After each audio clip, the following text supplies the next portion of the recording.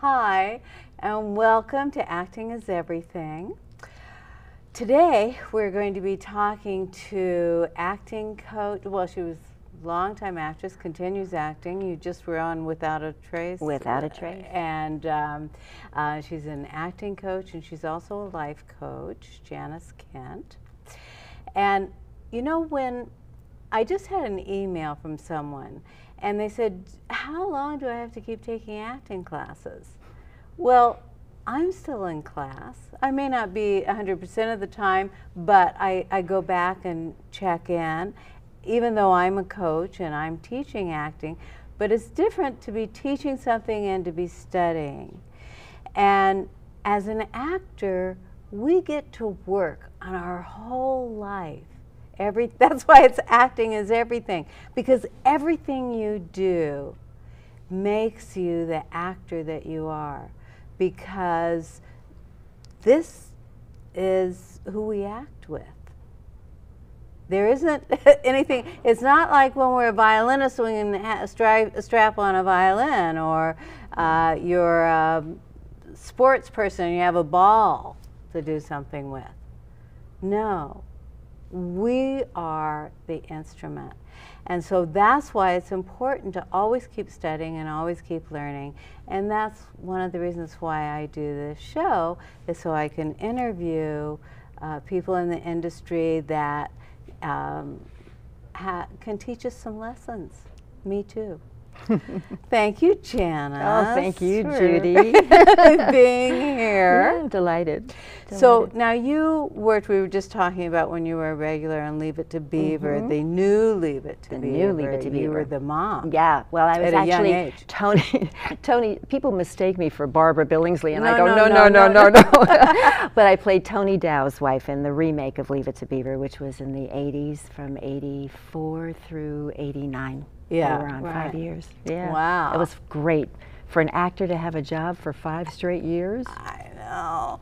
And Janice has done tons of commercials, and we were talking about, you had a long career. It's changes as you get older, but when you were young and working, doing all of those things, how did you, first of all, how old were you when you started getting work? Right out of college. I went to college. I went to Where'd you go? Emerson College in Boston, which was a wonderful, and it continues to be a wonderful place to study acting, broadcasting.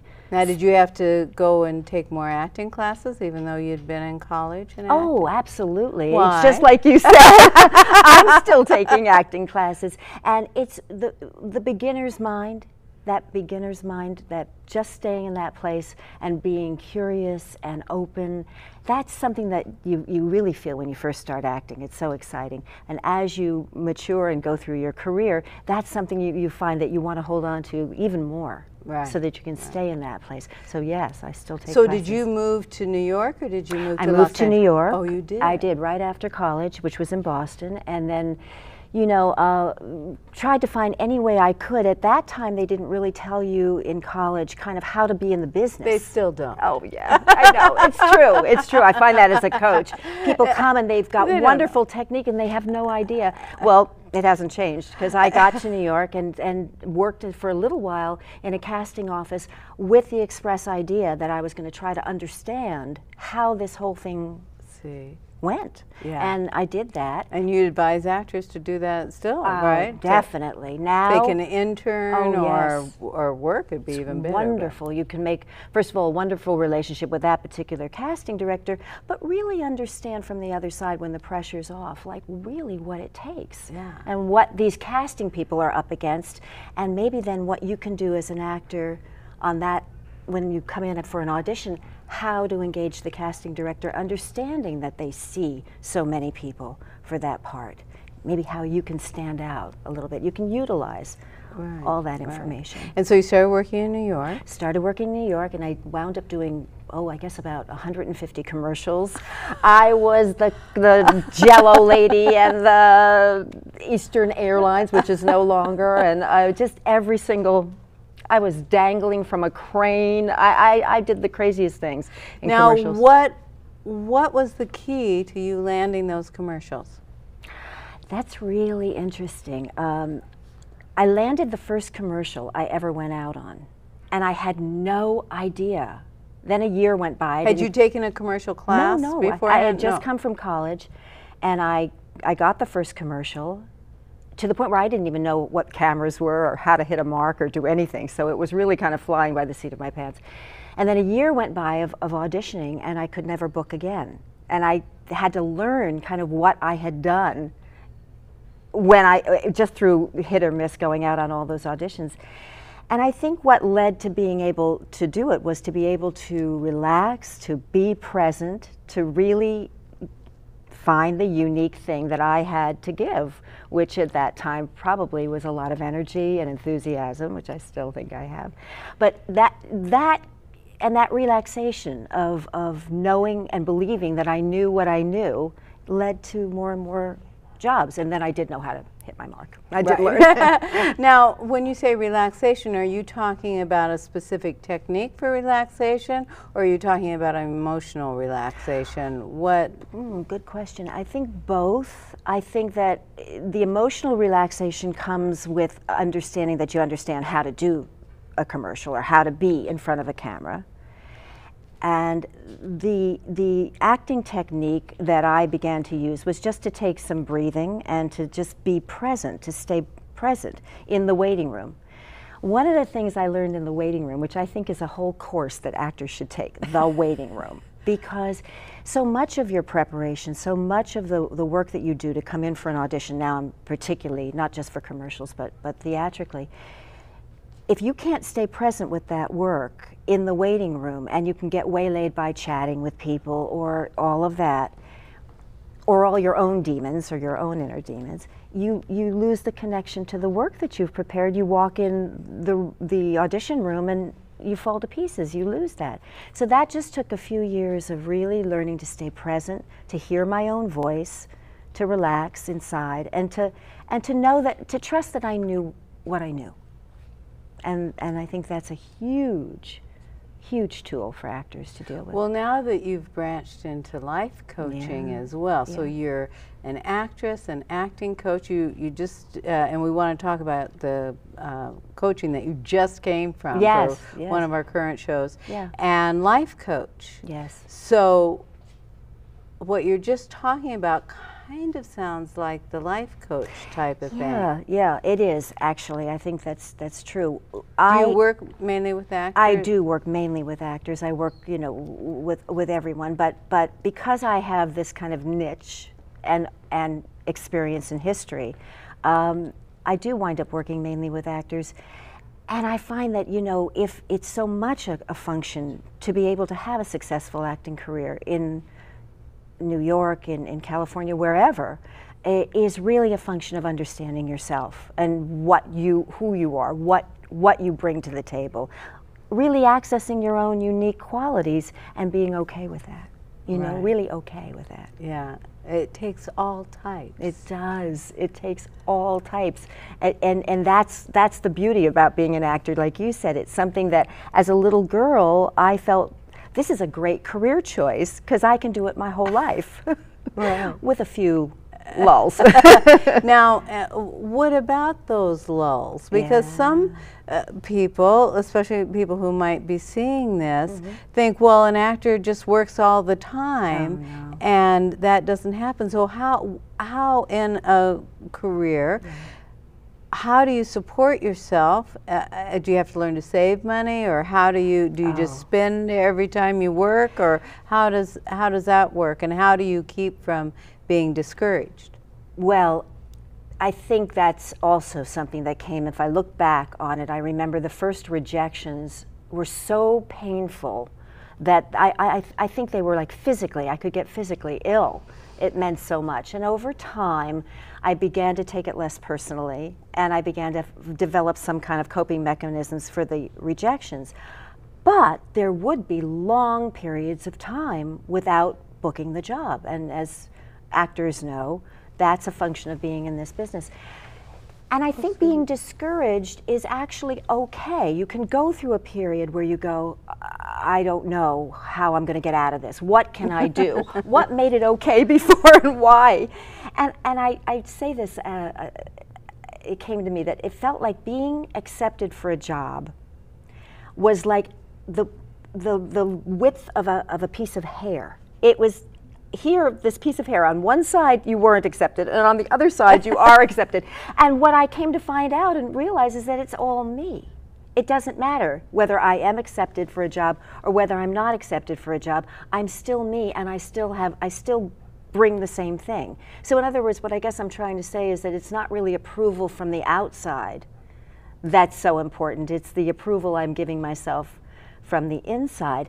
And keeping that in mind is what gave me the strength to keep on keeping on when there would be lulls. And how does an actor fill their time between jobs? Some actors need to work. Yeah, and it's expensive out there. Yeah, it is, know? and bring in money if they don't have the commercial career, if they don't have. But then what are the other ways? Well, you know, for me, I was very fortunate because commercials did supplement it, and I somehow managed throughout my career to do this by acting, which is amazingly lucky and not all that common, I don't think.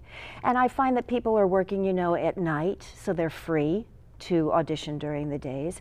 Or luckily, it seems in LA, because it's such a company town, you can find things where they'll let you go off for auditions and things like that.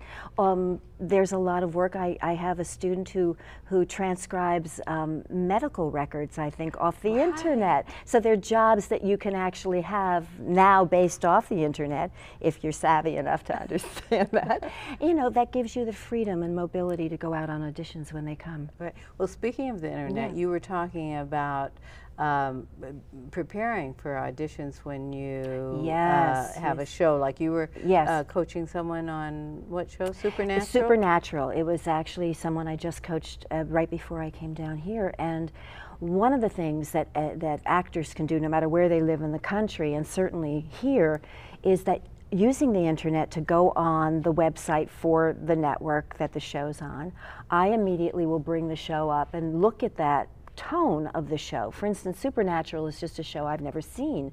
So when my... It isn't? I didn't see that one. So I did my homework real quick when my student called and asked for me to coach on that. And so I could sit and watch a full episode online and get the tone of the show.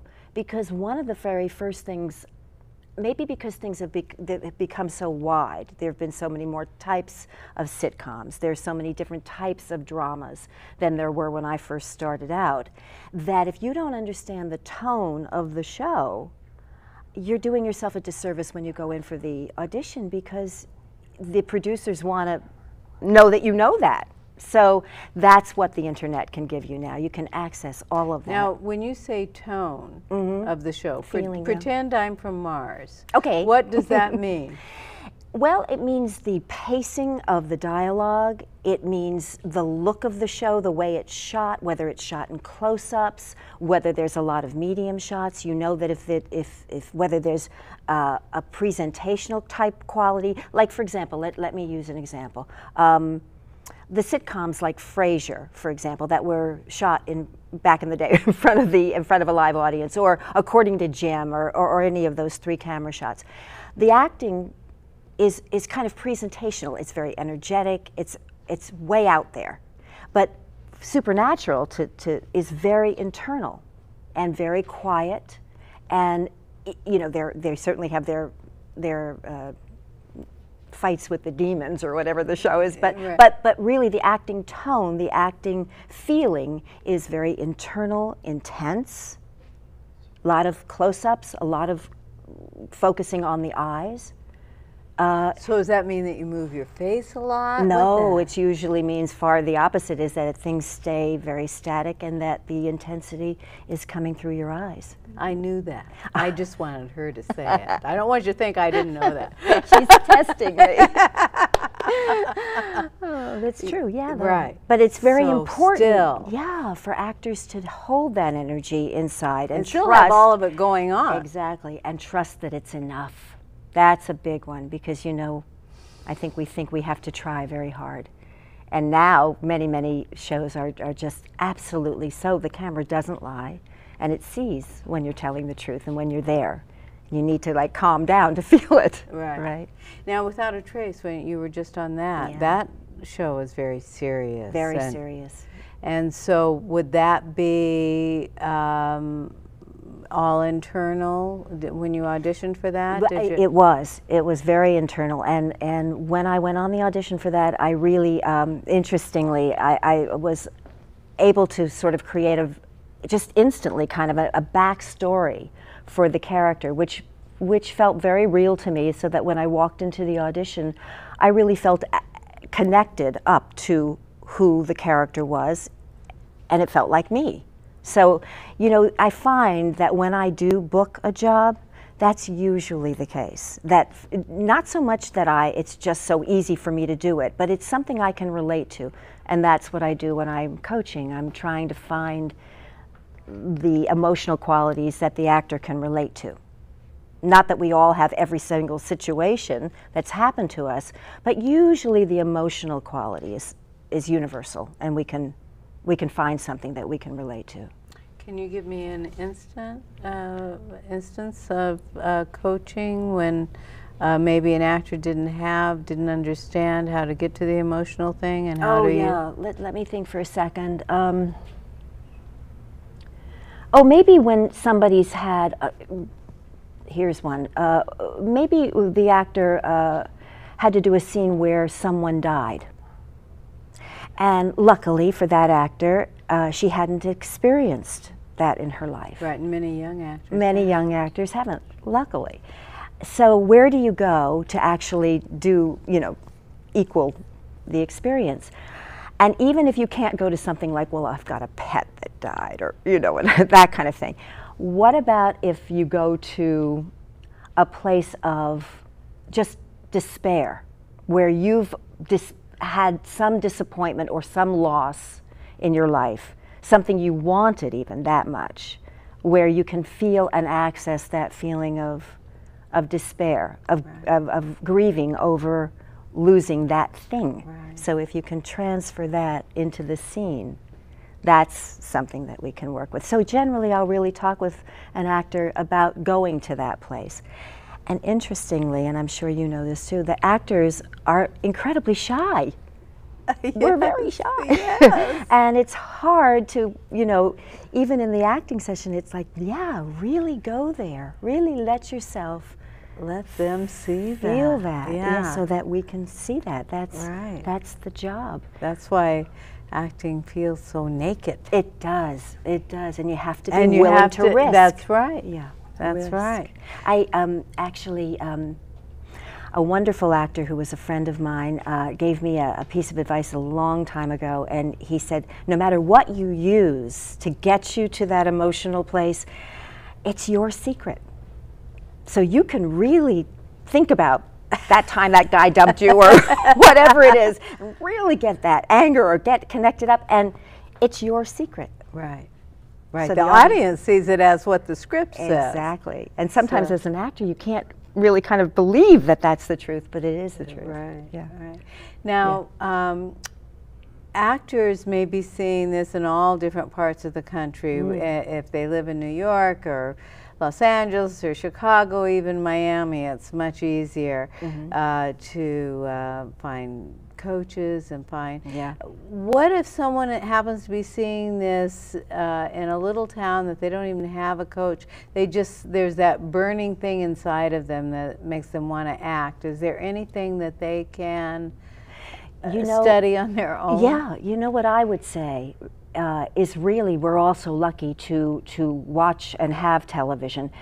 If your feeling is to be a television actor or a film actor, to really spend time looking at what we were talking about earlier, the tone of each of the shows, the pacing, what the actor's doing, identifying those kinds of things. One of the things I started out with in teaching was that I started teaching sitcom classes, I don't know what, maybe 10, 15 years ago actually, when at the time there really weren't very many. And one of the reasons I started teaching that class is because as an actor on the set for sitcoms, they would cut and rewrite and change, day by day. And sometimes you prepare your part, and you'd say, well, okay, I understand what's happening. Then you'd come the next day and they'd take out 5 lines. So here you were trying to get from point A to point K, and they'd taken out everything in them. And I thought, well, how do you learn? What technique? I hadn't learned anything like that at my acting classes up till that point. So that was what put me in touch with the emotional through line of what the character wants. What is the character, I like to say, what's the character fighting for? What do they have to have emotionally to survive? And you know, there are basic things, control, acceptance, you know, kind of very basic things. So not to make this all like a soundbite, but that's something that an actor in a smaller community without a coach can do for themselves, is to watch television and watch the different shows and say, what is that character fighting for? What does that character have to have? What's their intention? What's their objective, to use all those right. terms that we learn in acting class. But if you really can start to train your mind that way, you start to look at it very differently and understand that when people say, I can't memorize, they can memorize if they know what the acting through line is, the emotional through line. Right. Yeah. Right. So those are some things I think that would be really helpful right. to do. Right. Now, let's say this person is still trying to, suddenly they're in a town where there is acting coaches, even right.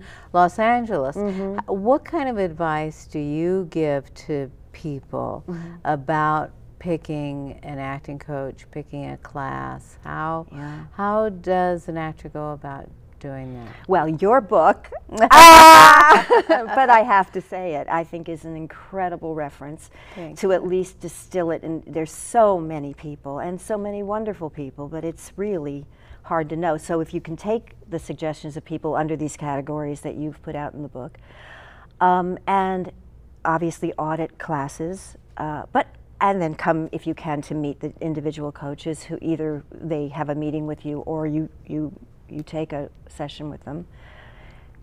It's really a connecting thing. For me, if I always go back to what do I want? Yes. You know, what would I want? And I would want to be with someone that I felt that was supportive, but truthful, and someone I felt I could connect to. That I wasn't, for me, I don't like to be intimidated or feel that I can't say what I think. So I always say to my actors that come in, I'm not going to tell you what to do. This is a co-creative experience. We are going to co-create this audition for you because I might be suggesting something that just doesn't resonate. Right. And you're the actor, you're the one that's going to go in there. You need to speak and create it with me. So I think because that's something that's really important to me, I would recommend that they understand, what actors understand about themselves, what they need. Well, you know, there are many coaches who are intimidating and yeah. who yell yeah. and who belittle yeah. people in class. Yeah. Now, do you think it's, I hope that there isn't any teachers like that in my book. I mean, I'm very right. careful because that's one of my criteria is that I believe in having a supportive, encouraging person because I think there's enough naysayers in any one of our lives. And certainly in the business. Yeah. You know? Who can say, you know, you can't do it, you're not right. worth it. I mean, we have that person inside us. Yes. Yes. Giving us that. Yes. So I feel like we all have enough of those. Yes. But important to have the more supportive, encouraging. Absolutely. I completely agree. And in fact, what links up for me with life coaching is that person in the training that I received as a life coach, which I'm gratified to be able to use as an acting coach, that naysayer, that negative voice, that negative self-talk, we call the saboteur. Ah. And we all have our saboteurs.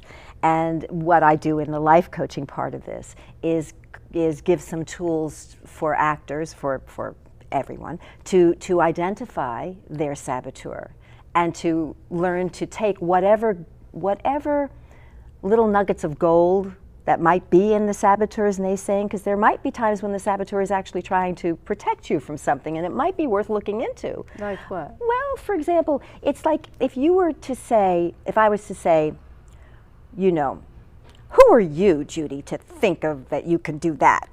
That's pretty good saboteur talk, isn't it?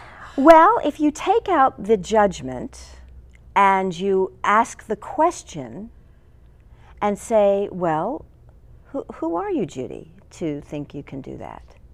And you say, well, I want to. I want to, and I know how I wrote this book, and I've done this, and I've done that, and the other. You can answer that saboteur and kind of take that nugget of gold, going, I'm really worth it. I really can do that. Instead of hiding your head. Instead of saying, oh, you're right. Who am I? Who am I? Yeah. So some little techniques like that for acting, for life coaching. Which coaching am I doing here? For life coaching actually do help so much with acting. And of course, I have a life coach, and I believe in being life coached. Yeah. I can't see that I would ever be one myself, but I do really. And why is that? Why all of a sudden are there life coaches and we need life coaches? Interesting. You know, there was an article, I think it was in the New York Times in 2006, about life coaching and how, particularly in show business, there is. Like we said, it can be very discouraging, and there are long periods of time that we're not employed, and we can lose faith in ourselves and all of that. And life coaching, which is a fairly new profession, only since 1990, isn't just a cheerleader or somebody to go, yeah, you can do it.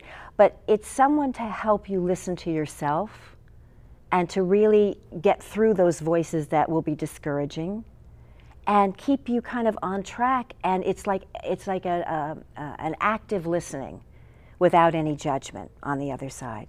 So I think that's probably why, maybe because there's a breakdown in the society for families, and people are more spread away and not as connected up as they used to be many, many years ago. Maybe it's that. Well, I'm getting the wind-up sign. No way. I am. So I'm going to have to say thank you very much for watching. Janice and I will continue talking while the credits roll. And my email is in the credits, so please, if you have any questions, just put something in the subject line like cable show or show, and I'll pick it out of my junk. Thanks. We could go on and on. I know. Thank you. So any little advice for actors just starting out that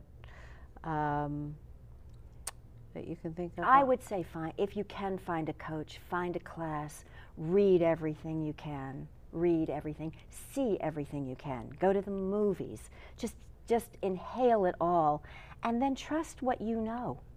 Trust yourself, because you know. Right. You know, we do inside of us. Yeah. Yeah. Just pay attention. And it's that instinct that is the thing that seems to be